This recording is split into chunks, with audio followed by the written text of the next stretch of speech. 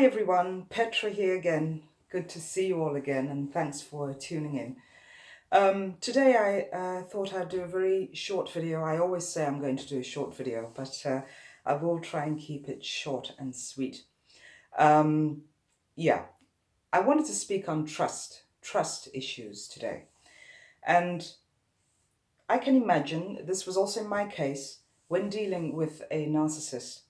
I was told that I had broken her trust when I started setting boundaries, when I started saying no, when I started taking back my power. I was told that I had betrayed her trust. And of course, in the narcissist's mind, this is a certain kind of trust that they have, a false trust, where they trust that you will always be there to succumb to their every demand, to pussyfoot around them, to never confront them, to always say yes, to always go along with what they have fed you and what they are still feeding you. So that is the false trust that they place onto you. And of course, it is something that you go along with, especially, in the beginning of the relationship, or, well, sometimes it can be for quite some time in the relationship. But there comes a point, at least, just speaking for myself, there came a point where I just had enough. Enough was enough. And I had the guts and I had the audacity to say no to her. So what was thrown back at me was, how dare you betray my trust?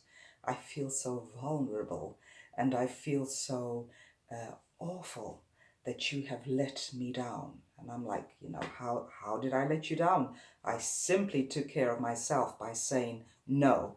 So this whole trust thing. And, when you are depressed in the relationship with the narcissist, when you are coming out of the relationship, you go into a depression.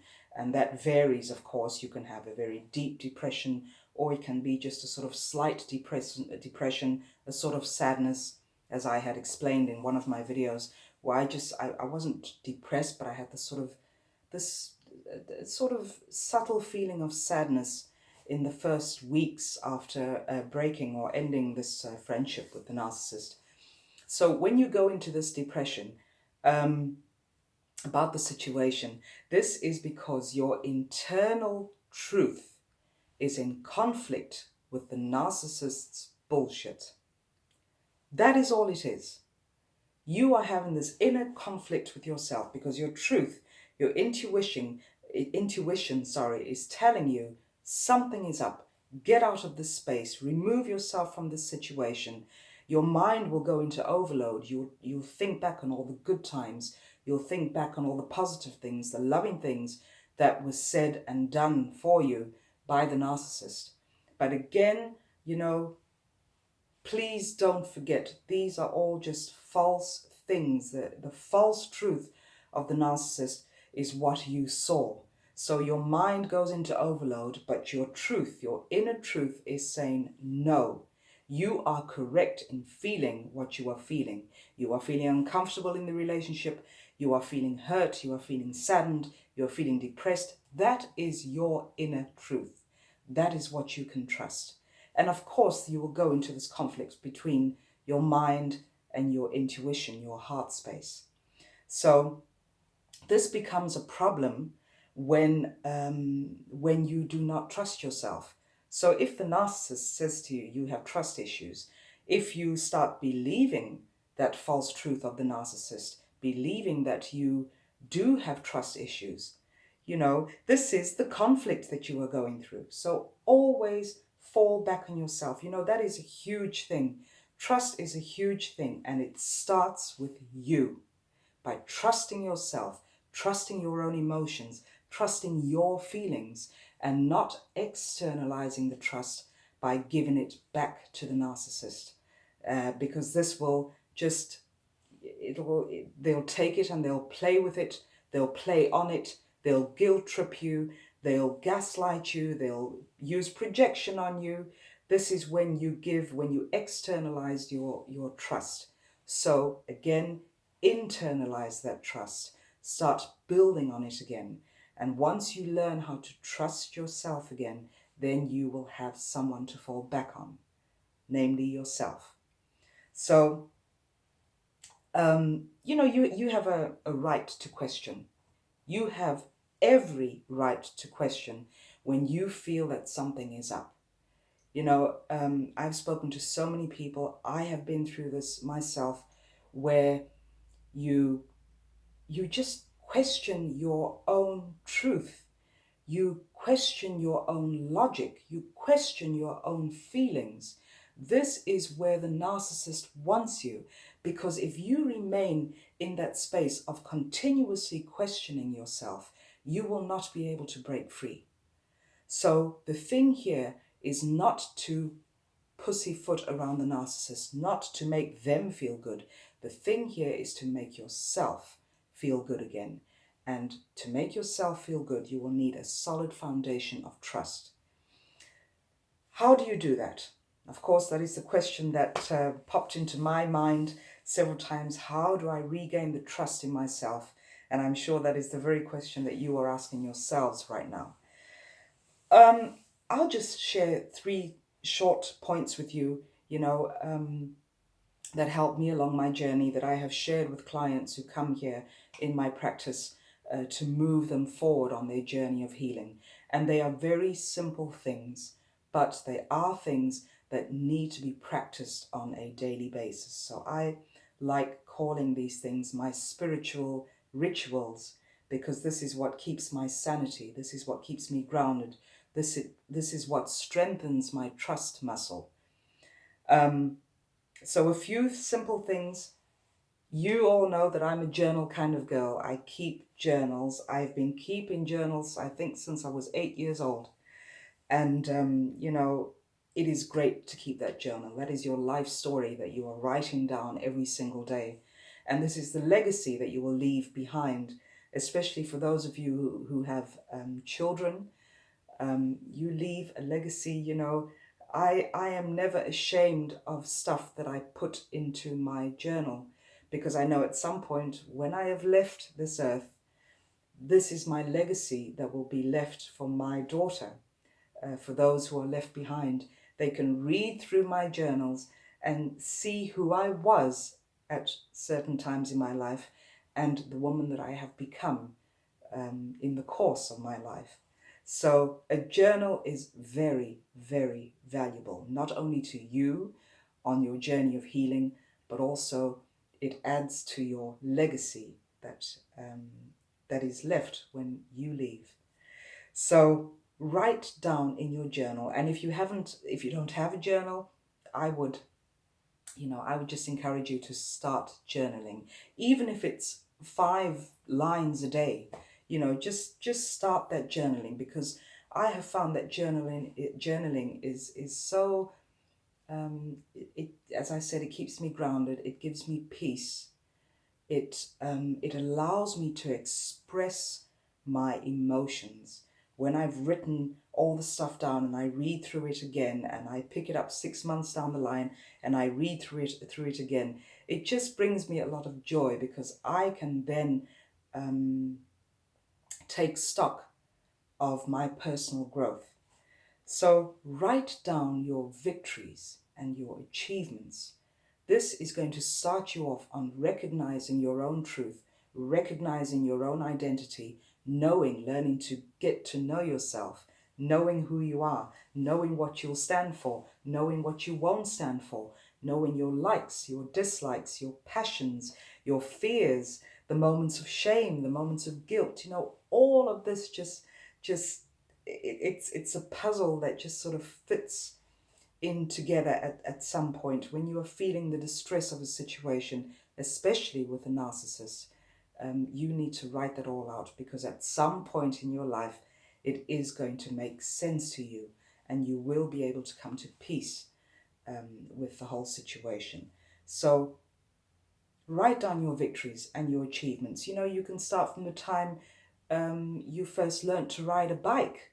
I mean, if you have children, as I remember with my daughter, she was always fearful of learning how to ride a bike.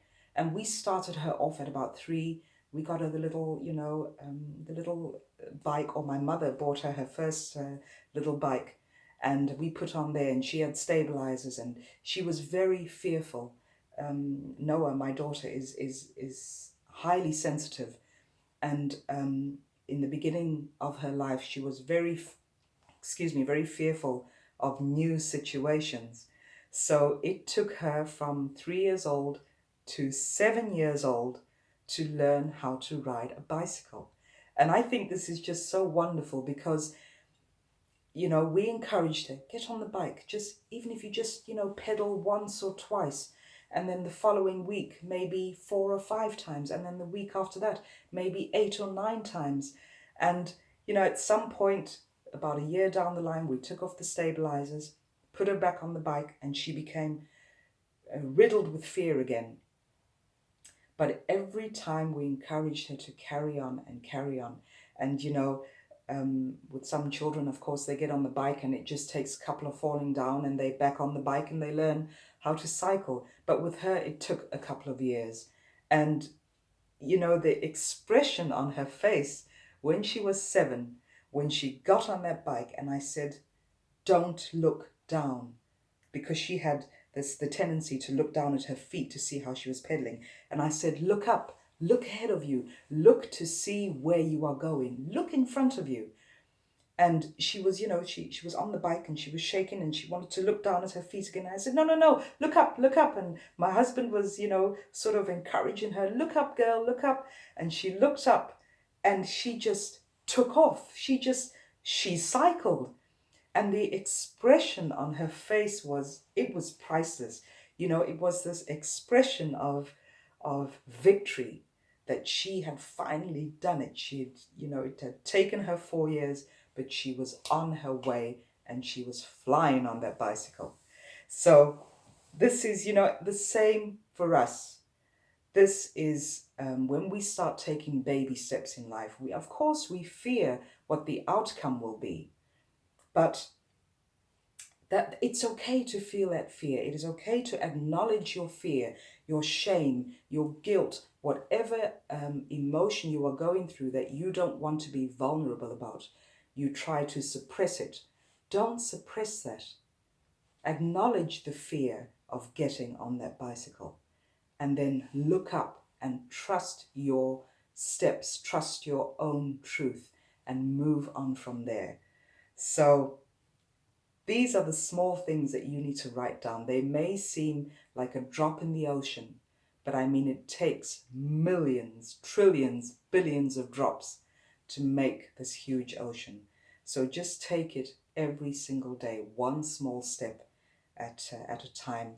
Write down your victories and your achievements. This is what is going to build your trust and your truth muscle. As I said, take baby steps, whatever that may be, whether it is working out, whether it is taking walks in nature, whether it is changing your lifestyle, the way you eat, the stuff you put into your body. What are you feeding your mind? Are you sort of numbing yourself out by, for an example, numbing yourself out by sitting with your phone the whole evening, or being spaced out watching a movie on television? Change that habit. It can be something small. Instead of doing that, journal or dance, or go to aerobics classes, go to yoga, whatever it is to feed your mind, to feed your spirit as well. Read self-help books. I don't know, there's so much stuff that I did for my spiritual practice of getting healthy again and being able to trust myself. So there's many different things you can do, even setting boundaries, setting small boundaries, learning how to say no for the first time. And even if it is a very soft no, when someone asks you to do something that does not align with how you are feeling at that point, have the courage to just say no. There is nothing wrong in saying no. And even if it is a soft no, it is a no. And it is a very first no.